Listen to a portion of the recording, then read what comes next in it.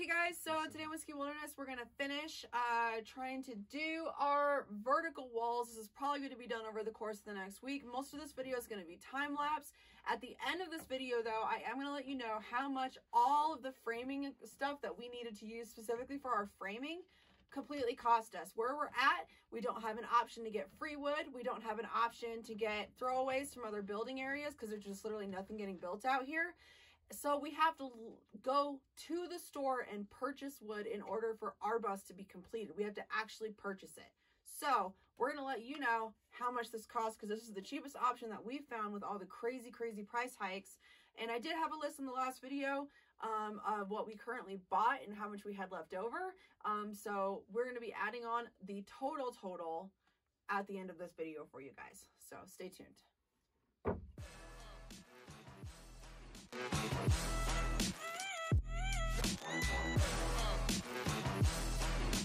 And here we have our first vertical pieces in the book.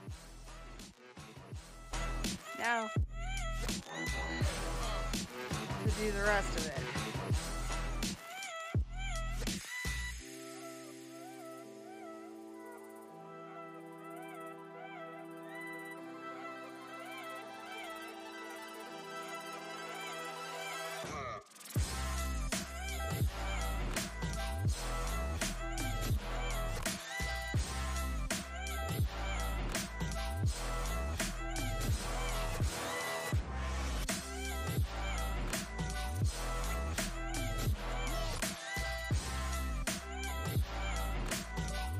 Okay, so we're about halfway through our framing. I'm just gonna go over one of the tools we've been using to help us with framing. It's called a pocket hole Craig jig. So the jig has these two holes right here, and that's where the drill bit that came with it goes into, and it creates the pocket hole. So here's the jig on the wood. It comes with this clamp, and you take the clamp and you pinch it onto the wood, and then you set up and it's ready to go. So this is the drill bit that came with the Craig jig. It's hooked into the drill. As you can see, it's got like almost a smaller bit on the very tip of it, and that's what helps create the pocket hole. Now what happens is you stick the drill in there, and then you turn your drill and it creates the hole.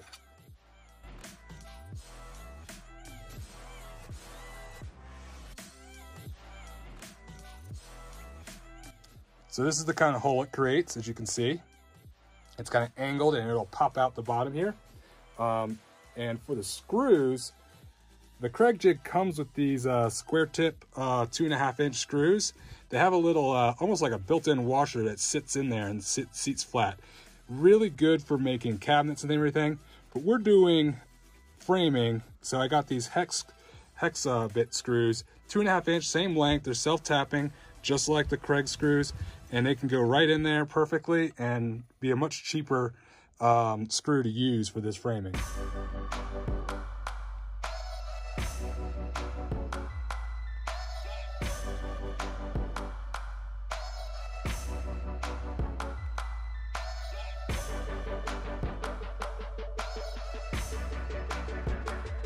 Hey guys, so today I'm going to be covering up this wheel well. I actually already did this yesterday. I kind of got pre-prepped. I was just testing my fit real quick here. And we're building this up over, you can see it extends out further than the actual wheel well is. That's because we're gonna this is gonna be where our desk is gonna sit, and there's going to be a hidden drawer right here. So I'm gonna block off that part of the wheel well, and then block off this part of the wheel well, and then we'll have a nice sturdy platform to put our desk on and have this drawer underneath. I'm using a pocket hole jig. You can see them here, they've been already cut through. Just basically drilling these holes in. This allows you to put things like plywood together really well without any like extra work, but adding in extra support. You can just drill this plywood right to each other, and it's fairly strong because this is 1/2-inch plywood or 3/4 inch, half inch plywood. So it'll work perfect for what we're doing here.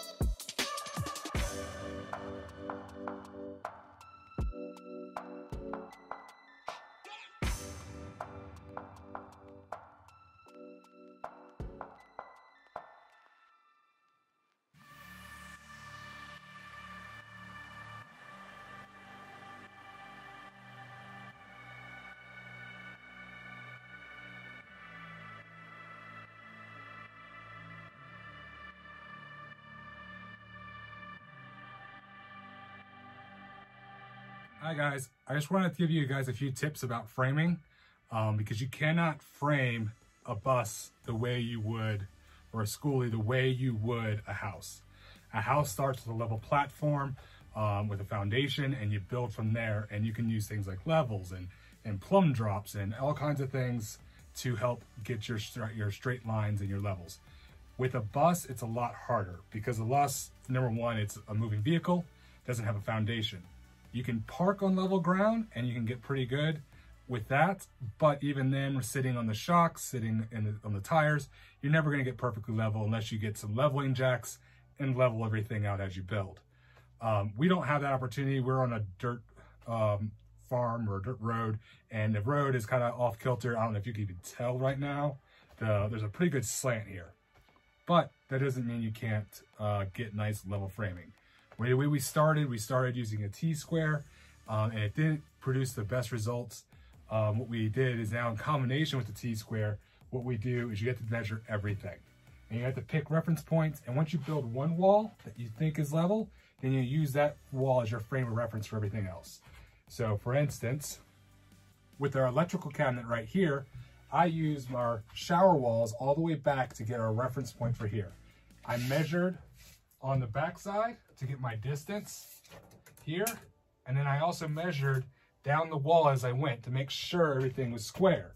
Then I measured along the front, down at the bottom, and got my measurements there, and measured at the top. So you have to measure everywhere to get your same measurements so everything stays square.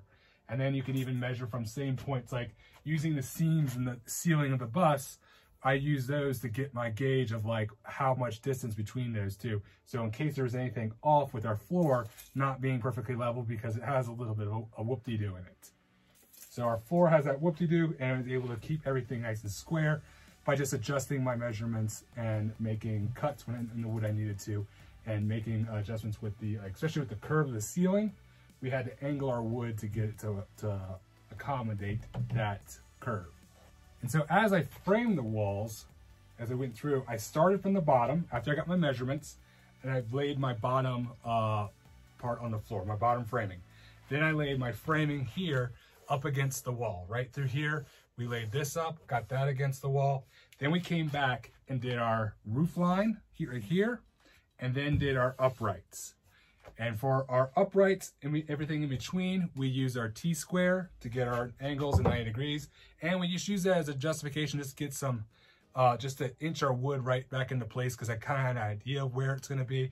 But a T-square really helps, or a speed square really helps with getting those angles at 90 degrees and keeping your walls as straight as possible. They're not going to be super, completely, absolutely perfect straight, because your wood is not going to be perfectly straight. Other than that, you can get pretty close, and it will be very acceptable for putting up panels and installing stuff, and it'll hold very weight bearing. This wall right here is probably one of our stronger walls. It'll hold everything, so it's no problem with holding weight. This is, since it's really where our electrical cabinet is anyways.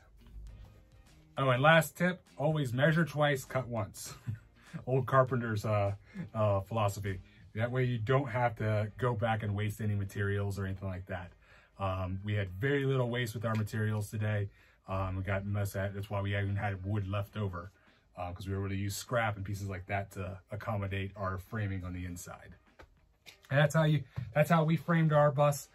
There's multiple ways to do it, but this is probably the best way I found, especially if you don't have access to level ground or leveling jacks, or if your bus isn't super perfectly straight lines, because nothing really ever is.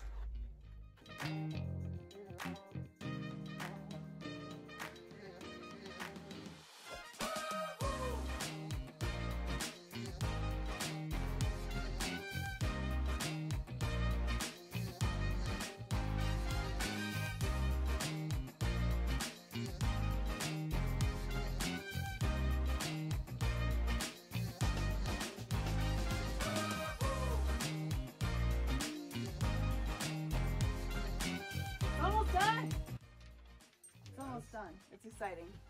So what you see is a culmination of a couple of weeks of work, and we do have a little bit more to do on our shower, but we have to get our fixtures and everything before we can finish that piece of framing up. But the list that I'm about to show you guys, those boards are included into that cost list. So obviously there's no paneling included in that. It's literally just your framing. And for us, this is, after a lot of research, the cheapest way to frame a bus. If you have to buy wood, like I said at the beginning of the video.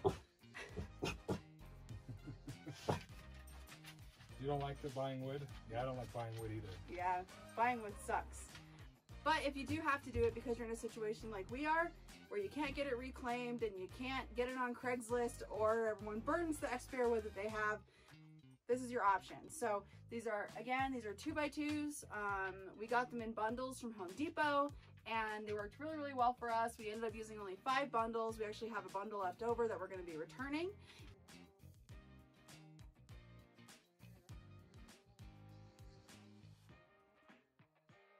We're really excited to start the next process and get some panels up in this thing and get some of our furniture in, finish up our kitchen, and of course, we'll keep you guys following the journey.